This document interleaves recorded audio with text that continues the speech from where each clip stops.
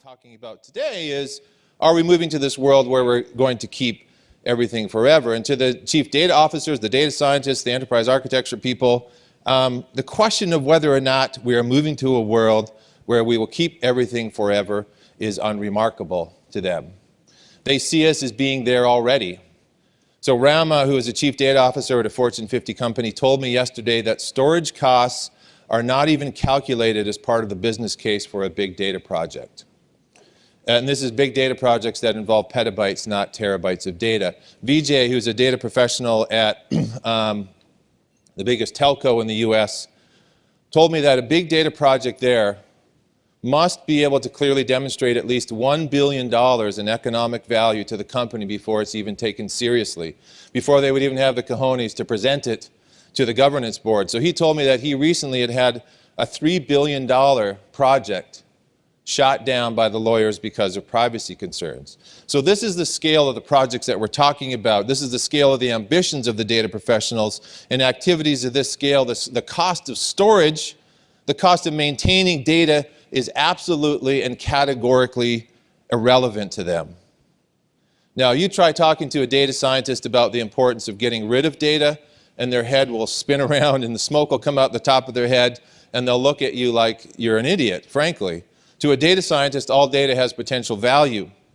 And they may be able to make use of that data to drive billions in economic value, as we're actually seeing today, or to save lives. You know, Pat, another chief data officer I met who works at a major hospital system, told me that, look, functionally, to me, retention regulations are irrelevant because I want to keep everything forever, because the information that we're creating today will empower research long into the future in ways that I can't even imagine. And in the calculus between potentially saving lives, curing a disease, and the cost of storage, it's very easy to see who wins.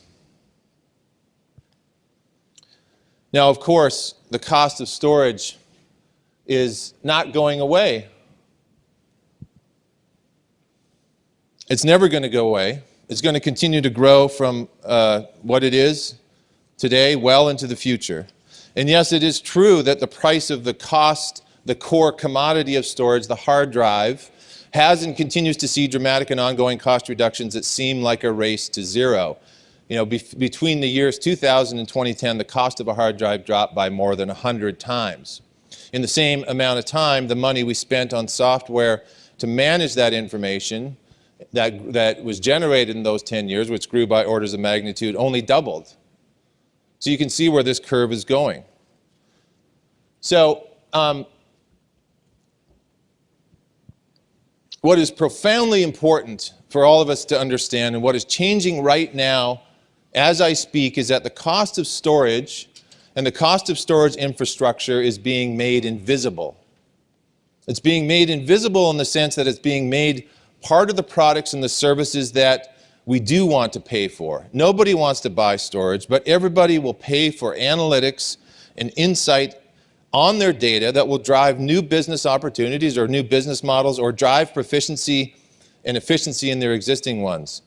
Thus, the transition that the world's biggest seller of heavy enterprise storage is undergoing. So EMC, a name we all know, is in the process of remaking itself around a small Silicon Valley startup, Pivotal, that you see here, where the business model is that you store as much as you want for as long as you want for nothing, and what you pay for is the analytics and the insight that they can deliver on your data, which is something that you want to pay for, an expense that can be tied to a revenue number, and it fundamentally alters the calculus of what we do for a living.